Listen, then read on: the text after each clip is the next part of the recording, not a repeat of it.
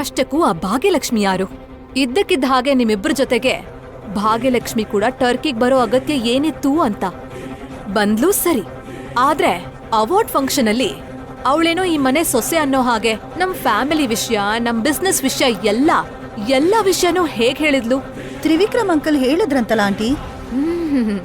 No no no no no, ಭಾವ ಅಷ್ಟೆಲ್ಲ information ಕೊಡೋ ಚಾನ್ಸೇ ಇಲ್ಲ. ಅದು ಅಲ್ದೆ ಭಾಗ್ಯಲಕ್ಷ್ಮಿಗೆ ಗೊತ್ತಿಲ್ದೇನೆ ನೀನು ಮಿತ್ರ ಬೀಚಿಗೆ ಹೋದ್ರೆ ಅಲ್ಲೂ ಕೂಡ ಮಿತ್ರನ ಭಾಗ್ಯಲಕ್ಷ್ಮಿ ಅಪಾಯದಿಂದ ಹೇಗ್ ಕಾಪಾಡಿದ್ಲು? ಇದೆಲ್ಲ ನೋಡ್ತಿದ್ರೆ ನನ್ಗೆ ತುಂಬಾ ಅನುಮಾನ ಬರ್ತಿದೆ ಮನೀಷಾ. ನೀವ್ ಏನ್ ಹೇಳಕ್ ಹೊರಟಿದ್ದೀರಾ ಆಂಟಿ? ಆ ಭಾಗ್ಯಲಕ್ಷ್ಮಿ ನಮ್ಮ ಆಫೀಸ್ ಜಾಯ್ನ್ ಆಗಿರೋ ಹಿಂದೆ ಏನೋ ಕಾರಣ ಇದ್ದೇ ಇರುತ್ತೆ.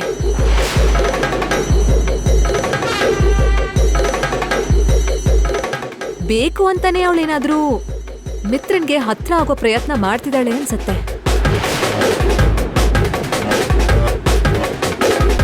ಯಾಕಂದ್ರೆ ಜಾಯ್ನ್ ಆಗಿರೋ ಅತಿ ಕಡಿಮೆ ಟೈಮಲ್ಲೇ ಕಂಪನಿಗೋಸ್ಕರ ತುಂಬಾ ಕಷ್ಟ ಪಡಕ್ ಶುರು ಮಾಡಿದಾಳೆ.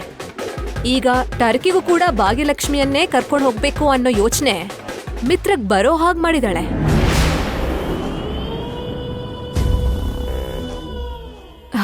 ಅಂದ್ರೆ ಮಿತ್ರನಲ್ಲಿ ಏನೋ ಬದಲಾವಣೆ ಆಗ್ಬೇಕು ಅಂತ ಭಾಗ್ಯಲಕ್ಷ್ಮಿ ಪ್ರಯತ್ನ ಮಾಡ್ತಿದ್ದಾಳನ್ಸ.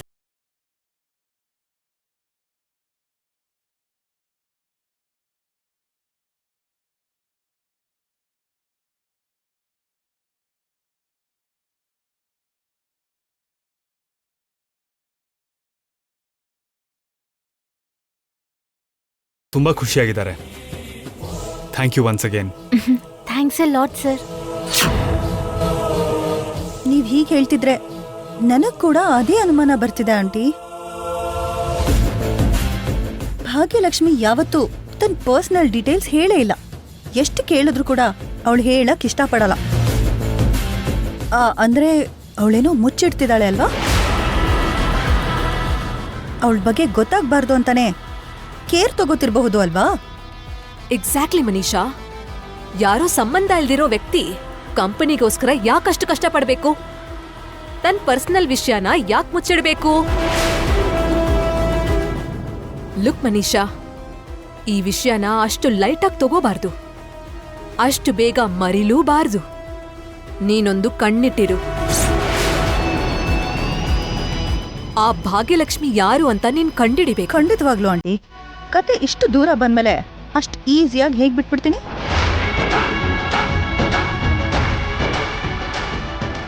ಭಾಗ್ಯಲಕ್ಷ್ಮಿ ಅದ್ಯಾರು, ಏನು, ಎಲ್ಲಿಂದ ಬಂದ್ಲು, ಯಾಕೆ ಬಂದ್ಲು, ಪ್ರತಿಯೊಂದು ಕೂಡ ಕಂಡುಹಿಡಿಲೇಬೇಕು.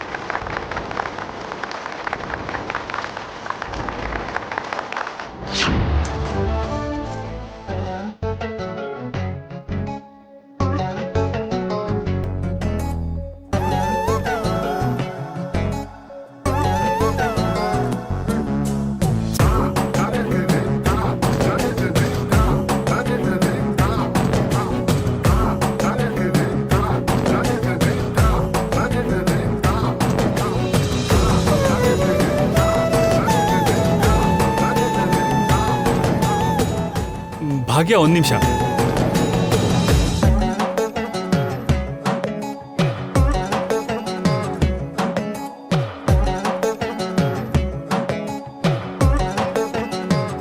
ಏನ್ ಮಿತ್ರ ಅವ್ರೆ? ನನಗೆ ಅವಾರ್ಡ್ ಬಂತು ಅಂತ ಕಂಗ್ರಾಟ್ಸ್ ಹೇಳಿದೆ, ಸಂತೋಷ ಕೂಡ ಪಟ್ಟೆ. ಇದನ್ನೆಲ್ಲ ಮೀರಿ ನನ್ನ ಏನು ಕೇಳಬೇಕು ಅನ್ನಿಸ್ಲಿಲ್ವಾ? ಏನ್ ಕೇಳ್ಬೇಕಿತ್ತು?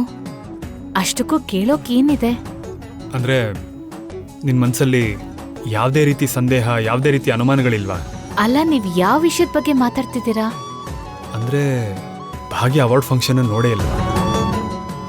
ಮಿತ್ರ ಅವ್ರೆ, ನಿಮ್ಮನ್ನೇ ಯಾವ ವಿಷಯದ ಬಗ್ಗೆ ಮಾತಾಡ್ತಿದ್ದೀರಾ? ನಾನು ಅವಾರ್ಡ್ ತಗೋಬೇಕಾದ್ರೆ ನೀನ್ ಎಲ್ಲಿದ್ದೆ? ನಿಮ್ ಜೊತೆನೆ ಇದ್ನಲ್ಲ.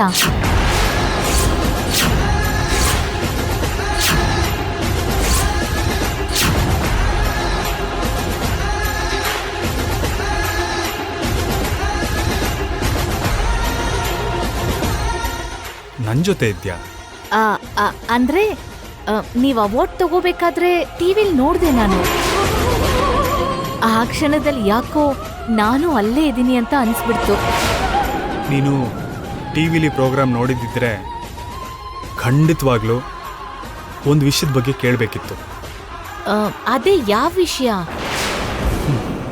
ಆ ಅವಾರ್ಡ್ ಫಂಕ್ಷನಲ್ಲಿ ಒಂದು ಹುಡುಗಿ ಓಪನ್ ಆಗಿ ತಾನೇ ನನ್ನ ಹೆಂಡತಿ ಅಂತ ಹೇಳಿದ್ಲು. ನಾನೇ ಅವಳು ಗಂಡ ಅಂತ ಇಡೀ ಪ್ರಪಂಚ ನೋಡ್ತಿರ್ಬೇಕಾದ್ರೆ ಹೇಳಿದ್ಲು. ಆದರೆ ಆ ವಿಷಯದ ಬಗ್ಗೆ ನೀನು ಒಂದು ಮಾತು ಕೂಡ ಯಾಕೆ ಕೇಳಲಿಲ್ಲ? ಆ ವಿಷಯದ ಬಗ್ಗೆ ನೀನು ಎಷ್ಟು ಯೋಚನೆ ಮಾಡಿರ್ತೀಯೋ, ಒಳಗೊಳಗೆ ಎಷ್ಟು ಹರ್ಟ್ ಆಗಿರ್ತೀಯೋ, ವಾಪಸ್ ಬಂದಮೇಲೆ ನೀನು ಆ ವಿಷಯದ ಬಗ್ಗೆ ಹೇಗೆ ರಿಯಾಕ್ಟ್ ಮಾಡ್ತೀಯೋ ಅಂತ ನಾನು ಯೋಚನೆ ಮಾಡ್ತಿದ್ದೆ. ಆದರೆ ನಿನ್ನಲ್ಲಿ ಆ ವಿಷಯದ ಬಗ್ಗೆ ಒಂಚೂರು ತಳಮಳ ಕಾಣಿಸ್ತಿಲ್ವಲ್ಲ?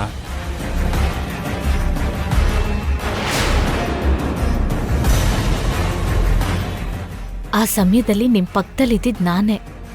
ನನ್ ಗಂಡನ್ನ ನನ್ ಗಂಡ ಇವ್ರು ಅಂತ ಈ ಪ್ರಪಂಚಕ್ಕೆ ಹೇಳ್ದೆ. ಈಗ ಮತ್ತೆ ಅದ್ರ ಬಗ್ಗೆ ಮಾತಾಡಕ್ಕೇನಿದೆ?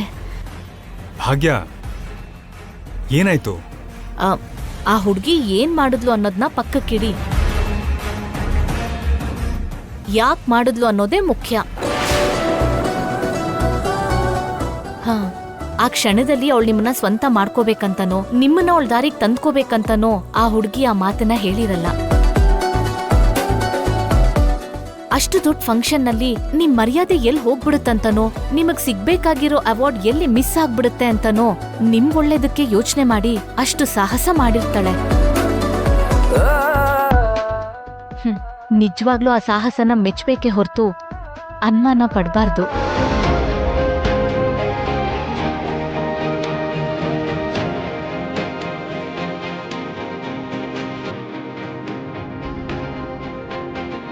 ಇದ್ದಕ್ಕಿದ್ದ ಹಾಗೆ ಭಾಗ್ಯ ಹೇಗಿಷ್ಟು ಬದಲಾದ್ಲು?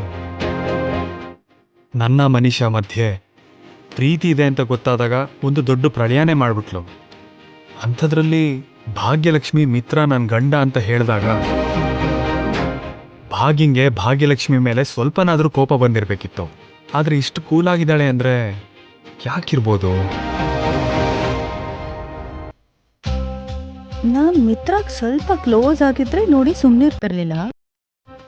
ಅಂಥದ್ರಲ್ಲಿ ಭಾಗ್ಯಲಕ್ಷ್ಮಿ ಮಿತ್ರ ತನ್ನ ಗಂಡ ಅಂತ ಅಷ್ಟು ಜನರ ಮುಂದೆ ಹೇಳಿದ್ಲು.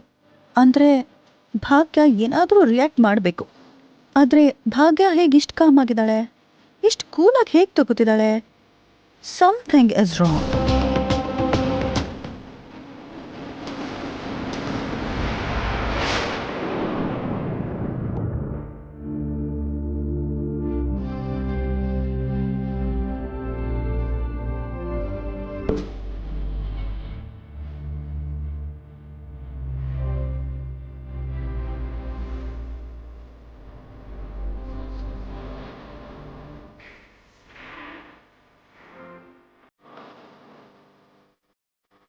ಅಮ್ಮ ಭಾಗ್ಯ, ಹ್ಮ್? ದೇವಸ್ಥಾನಕ್ಕೆ ಹೋಗಿ ಬರ್ತಿದ್ಯಾ ಅಮ್ಮ? ಹೌದು ಮಾವ, ಇವತ್ತು ಕಾರ್ತಿಕ ಪೌರ್ಣಮಿ ಅಲ್ವಾ, ಅದಕ್ಕೆ ದೇವಸ್ಥಾನಕ್ಕೆ ಹೋಗಿ ಬಂದೆ. ದೇವಸ್ಥಾನಕ್ಕೆ ಹೋಗಿ ಬಂದ್ರೆ ಯಾರಾದ್ರೂ ನೆಮ್ಮದಿಯಾಗಿರ್ತಾರಮ್ಮ. ನೀನ್ ಯಾಕಮ್ಮ ಪ್ರಪಂಚನೇ ತಲೆ ಮೇಲೆ ಬಿದ್ದೋಳ್ತಾರ ಅಷ್ಟೊಂದು ಬೇಸರದಲ್ಲಿದ್ಯಲ್ಲಮ್ಮ? ಏನಿಲ್ಲ ಮಾವ, ಇವತ್ ಮಧ್ಯರಾತ್ರಿ 2:45 ಬೆಳಗ್ಗೆ 9:15 ಅಮೃತಗಳಿಗೆ ಇದೆ. ಆ ಸಮಯದಲ್ಲಿ 365 ಬತ್ತಿ ಇರೋ ದೀಪನ್ ಹಚ್ಚಿ ಆ ಮಹಾಶಿವಂಗೆ ಬೇಡ್ಕೊಂಡ್ರೆ ಗಂಡಂಗಿರೋ ದೋಷಗಳೆಲ್ಲ ಹೋಗುತ್ತೆ ಅಂತ ಪುರೋಹಿತರು ಹೇಳಿದ್ರು. ಆದ್ರೆ ಅದು ಸಾಧ್ಯ ಆಗುತ್ತೋ ಇಲ್ವೋ ಅಂತ ಯೋಚನೆ ಮಾಡ್ತಿದ್ದೀನಿ ಮಾವ. ಇದರಲ್ಲಿ ಯೋಚನೆ ಮಾಡೋದಕ್ಕೆ ಏನಿದ್ಯಮ್ಮ? ಆ ಟೈಮಲ್ಲಿ ಫ್ರೀಯಾಗೇ ಇರ್ತೀಯಲ್ಲ, ದೇವ್ರ ಮುಂದೆ ದೀಪ ಹಚ್ಚಿ ಪ್ರಾರ್ಥನೆ ಮಾಡ್ಕೋ, ಸರಿ ಹೋಗುತ್ತೆ. ಅದ್ ಹಾಗಲ್ಲ ಮಾವ, ಸಂಜೆ ಮನೇಲಿ ಪಾರ್ಟಿ ಬೇರೆ ಇದೆಯಲ್ಲ ಮಾವ, ಅದಕ್ಕೆ ಭಾಗ್ಯಲಕ್ಷ್ಮಿನ್ ಕೂಡ ಕರಿಬೇಕು ಅಂತ ಮಿತ್ರ ಅವ್ರು ಹೇಳಿದ್ರಲ್ಲ. ಆ ಸಮಯದಲ್ಲಿ ನಾನಿಲ್ಲಿ ಭಾಗ್ಯಲಕ್ಷ್ಮಿಯಾಗಿ ಬರ್ಬೇಕಲ್ವಾ? ನಾನ್ ಭಾಗ್ಯಲಕ್ಷ್ಮಿ ಆಗಿದ್ದಾಗ ಭಾಗ್ಯ ಆಗಿ ಹೇಗ್ ಪೂಜೆ ಮಾಡೋದು?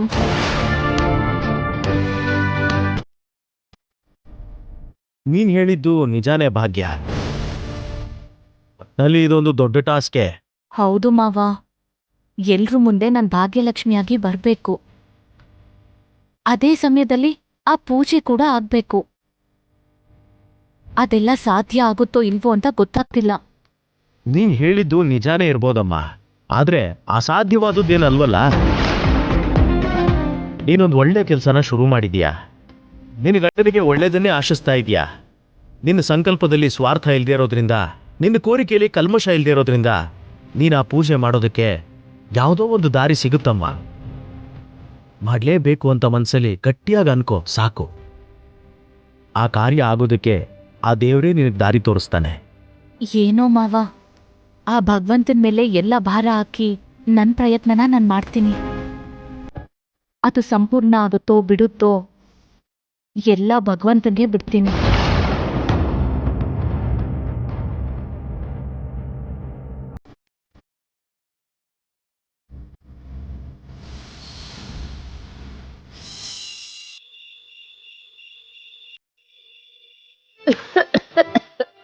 ಅಜ್ಜಿ, ನಿಮ್ಗೆ ಯಾವಾಗ ಏನೇ ಬೇಕಾದ್ರೂ ನನ್ನ ಕರೀರಿ ಅಂತ ಹೇಳಿದ್ದೀನಲ್ವಾ? ನೀನ್ ಮಾಡ್ದೇ ಇದ್ರು ನಂಗಿಲ್ ಸೇವೆ ಮಾಡೋ ಬಾಳ ಜನ ಇದ್ದಾರೆ ಭಾಗ್ಯ. ಸರಿ, ಅವ್ರಗಳ ಜೊತೆ ನಾನು ಒಬ್ಳಿದ್ದೀನಿ ಅನ್ಕೊಳ್ಳಿ. ಮೊದಲು ಟ್ಯಾಬ್ಲೆಟ್ ತಗೊಳ್ಳಿ.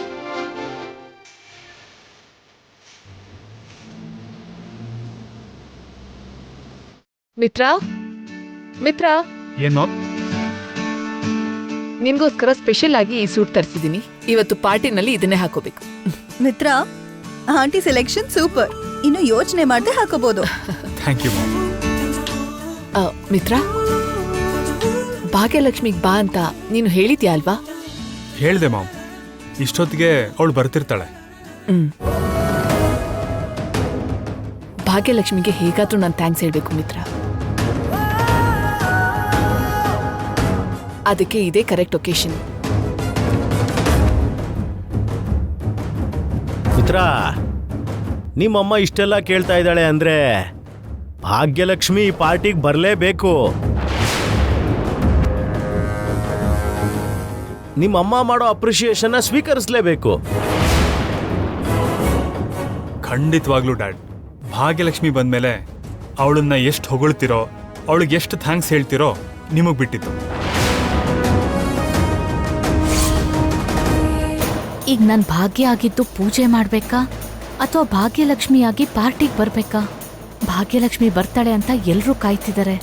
ಬರ್ದೇ ಹೋದ್ರೆ ಅಪ್ಸೆಟ್ ಆಗ್ತಾರೆ. ಆಮೇಲೆ ಯಾಕೆ ಏನು ಅಂತ ಎಲ್ಲರೂ ಪ್ರಶ್ನೆ ಮಾಡ್ತಾರೆ. ಅದೆಲ್ಲ ನಡಿಬಾರ್ದು ಅಂದ್ರೆ ಸೈಲೆಂಟ್ ಆಗಿ ಭಾಗ್ಯಲಕ್ಷ್ಮಿಯಾಗಿ ಒಂದ್ಸರಿ ಬಂದು ಇವರೆಲ್ರಿಗೂ ಮುಖ ತೋರಿಸಿ ಹೊರಟ್ಬಿಡ್ಬೇಕು.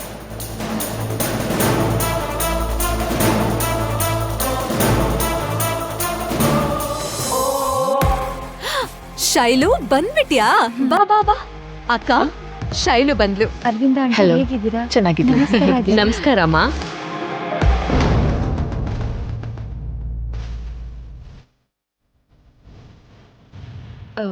ಆಂಟಿ, ನಾನು ಹೋಗಿ ವಿವೇಕ್ ಜೊತೆ ಆಗ್ಲಿ, ಹೋಗಮ್ಮ.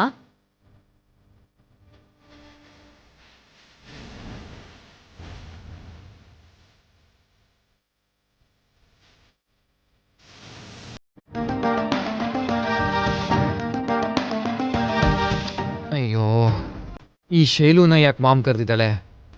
ಅವಳು ಬಂದರೆ ಸುಮ್ಮನೆ ಅಂತೂ ಬಂದು ಹೋಗಲ್ಲ.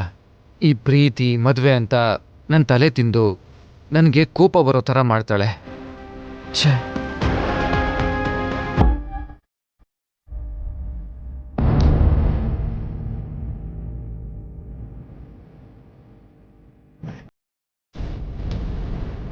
ವಿವೇಕ್,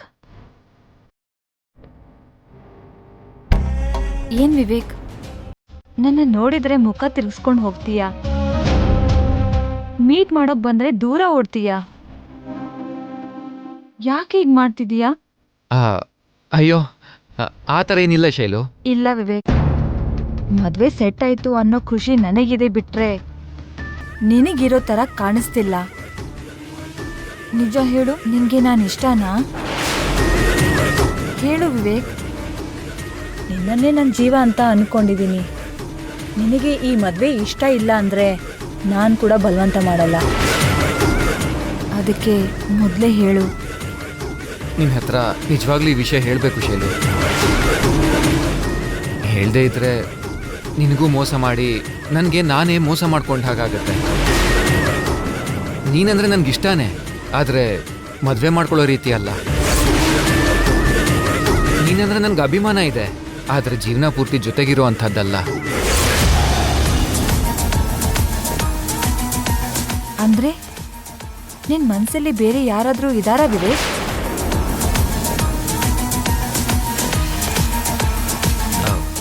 ಹೌದು ಶೈಲು, ನಾನು ಬೇರೆ ಹುಡುಗಿನ ಪ್ರೀತಿಸ್ತಾ ಇದ್ದೀನಿ. ಅವಳ ಜೊತೆಗೆ ಬದುಕಬೇಕು ಅಂತ ಆಸೆ ಪಡ್ತಾ ಇದ್ದೀನಿ.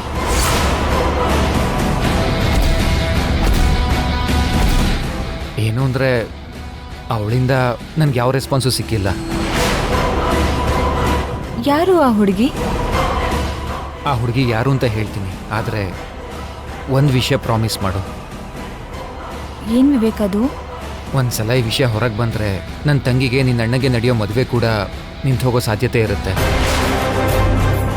ಆಗ ಎರಡೂ ಫ್ಯಾಮಿಲಿ ಮಧ್ಯೆ ಗಲಾಟೆ ಕೂಡ ಆಗ್ಬೋದು, ಫ್ಯಾಮಿಲಿಗಳು ದೂರ ಆಗ್ಬೋದು. ಅದಕ್ಕೆ ಈ ವಿಷಯ ಯಾರಿಗೂ ಹೇಳಬಾರ್ದು. ಸರಿ ವಿವೇಕ್, ಹೇಳು ಆ ಹುಡುಗಿ ಯಾರು ಅಂತ. ಅವಳು ಇನ್ಯಾರೂ ಅಲ್ಲ, ಭಾಗ್ಯಾತ್ಗೆ ತಂಗಿ ಜಾನು ಇದ್ದಾಳಲ್ಲ, ಅವಳೆ. ನೀನ್ ಪ್ರೀತಿಸಿದ್ದು ಜಾನುನಾ? ಹೌದು ಶೈಲು, ನಾನು ಅವಳನ್ನು ಪ್ರೀತಿಸ್ತಾ ಇದ್ರು ಅವಳಿಗೆ ನನ್ನ ಮೇಲೆ ಪ್ರೀತಿ ಇದೆಯೋ ಇಲ್ವೋ ಅಂತ ನನಗೆ ಗೊತ್ತಿಲ್ಲ. ಒಂದು ವೇಳೆ ಪ್ರೀತಿಸ್ತಾ ಇದ್ರು ಅದು ಯಾಕೋ ಅವಳು ಒಪ್ಕೋತಾ ಇಲ್ಲ. ಚಿಚಿ, ಹೋಗಿ ಹೋಗಿ ಆ ಜಾನುನ ಲವ್ ಮಾಡ್ತಿದ್ದಾನೆ. ಈಗ ಜಾನುನ ಬಿಟ್ಬಿಡು, ಮದುವೆ ಆಗಬೇಡ, ನನ್ನನ್ನೇ ಮದುವೆ ಆಗು ಅಂತ ಕಂಡೀಷನ್ ಹಾಕಿದ್ರೆ ವಿವೇಕ್ ನನ್ನಿಂದ ದೂರ ಹೋಗೋದು ಗ್ಯಾರಂಟಿ. ವಿವೇಕ್ ಹತ್ರ ಆಗಬೇಕು ಅಂದರೆ ಅವನಿಗೆ ಬೇಕಾದ ಹಾಗೆ ನಟಿಸ್ಬೇಕು, ಅವನ ಮಾತು ಕೇಳ್ದ ಹಾಗೆ ನಾನು ನಂಬಿಸ್ಬೇಕು. ನಾನು ಜಾನುನ ಪ್ರೀತಿಸ್ತಿರೋದ್ರಿಂದ ನಿನ್ನ ಹತ್ರ ಈ ರೀತಿ ನಡ್ಕೋಬೇಕಾಯ್ತು. ಅದಕ್ಕೆ ನಿನ್ನ ಮದುವೆ ಮಾಡ್ಕೊಳ್ಳೋದಕ್ಕಾಗಲ್ಲ. ಪರವಾಗಿಲ್ಲ ವಿವೇಕ್, ನಿನ್ನನ್ನು ಮದುವೆ ಆಗಬೇಕು ಅಂತ ಆಸೆಪಟ್ಟೆ. ನಿನ್ನ ಮನಸ್ಸಲ್ಲಿ ಇನ್ಯಾರೋ ಇದ್ದಾರಂತ ಗೊತ್ತಾದ ಮೇಲೆ ನಿನ್ನನ್ನು ಪಡ್ಕೋಬೇಕು ಅಂತ ಆಸೆ ಆಗ್ತಿಲ್ಲ. Thank you so much Shailu. ಇಷ್ಟು ಬೇಗ ನೀನು ಅರ್ಥ ಮಾಡ್ಕೋತೀಯ ಅಂದ್ಕೊಂಡಿರಲಿಲ್ಲ. It's okay Vivek, you are right. ಈ ವಿಷಯ ಹೊರಗಡೆ ಬಂದರೆ ಸಂಜನಾ ಸಂತೋಷ್ ಮದುವೆಗೂ ಕೂಡ ಡಿಸ್ಟರ್ಬ್ ಆಗೋ ಚಾನ್ಸಸ್ ಇದೆ. ಅದಕ್ಕೆ ಈ ವಿಷಯನ ಯಾರ ಹತ್ರನೂ ಹೇಳಲ್ಲ ಬಿಡು. Thank you very much once again Shailu. Thank you.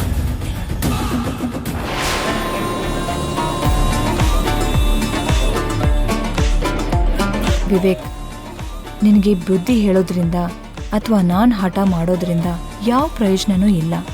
ಅದಕ್ಕೆ ಈ ವಿಷಯನ ಜಾನು ಸೈಡಿಂದಾನೇ ಹ್ಯಾಂಡಲ್ ಮಾಡಬೇಕು. ಜಾನು ನಿನಗೆ ಯಾವತ್ತೂ ಸಿಗಲ್ಲ ಅನ್ನೋ ಹಾಗೆ ಪರಿಸ್ಥಿತಿನ ನಾನು ಕ್ರಿಯೇಟ್ ಮಾಡ್ತೀನಿ, ನೋಡ್ತಾ ಇದ್ದೀನಿ.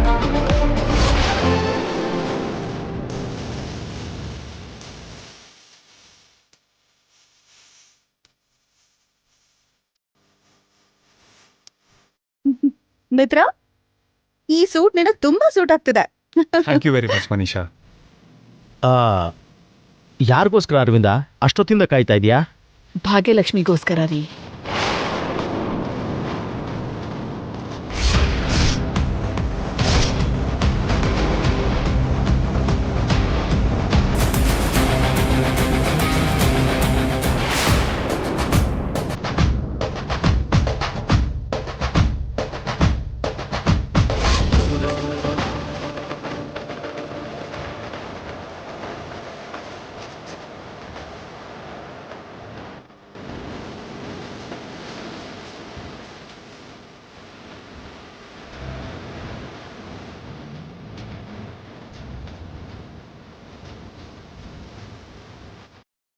ಇರು ಭಾಗ್ಯಲಕ್ಷ್ಮಿ.